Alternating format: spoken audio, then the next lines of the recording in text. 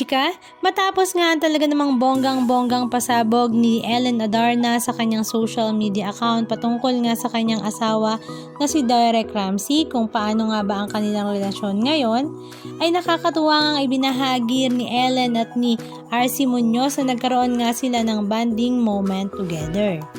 Ayon nga kay Ellen Adarna ay tigil na nga muna ang kanyang mga pasabog revelations dahil it's moving out time na nga. Lilipat na nga siya sa kanyang bahay kasama ang kanyang mga anak. Pero bago nga siya maging busy ay nanood nga muna siya ng concert ni Jason Derulo kasama nga niya si RC Munoz at nakakatuwa ang ibinahagi nila sa kanilang social media account na talaga namang super bonding together ang kanilang ganap. Matatandaan nga na nagkasama si RC at Ellen sa isang teleserye noong 2015 to 2016 at ito nga ay ang Passion de Amor. Kasama rin nga noon nila si Colleen Garcia, EJ Falcon, Jake Cuenca at Joseph Marco. Ito nga ay nene days pa nila Colleen, Ellen at RC. Kaya nga tinag ni Ellen si Colleen na tinatanong kung asa na nga daw siya. Ang sagot naman ni Colleen, eto, sorry, nagpapadede ng baby, miss you bot, sunod ako, ha ha ha. Nagkaroon naman ng meet and greet moment si Ellen at RC kay Jason Derulo in person na talaga namang ikinakilig nga ng dalawa. At ang mga netizens naman ay napakomment ng sana all.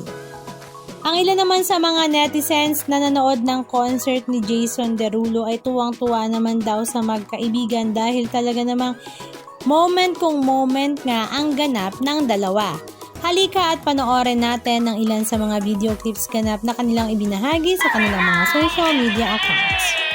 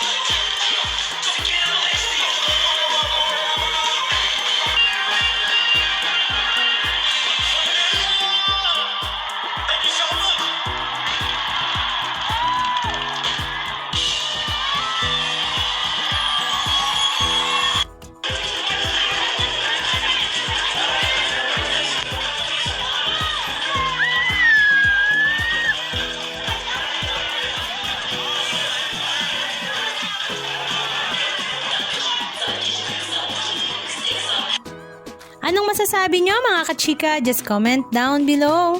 And please don't forget to subscribe. Thank you!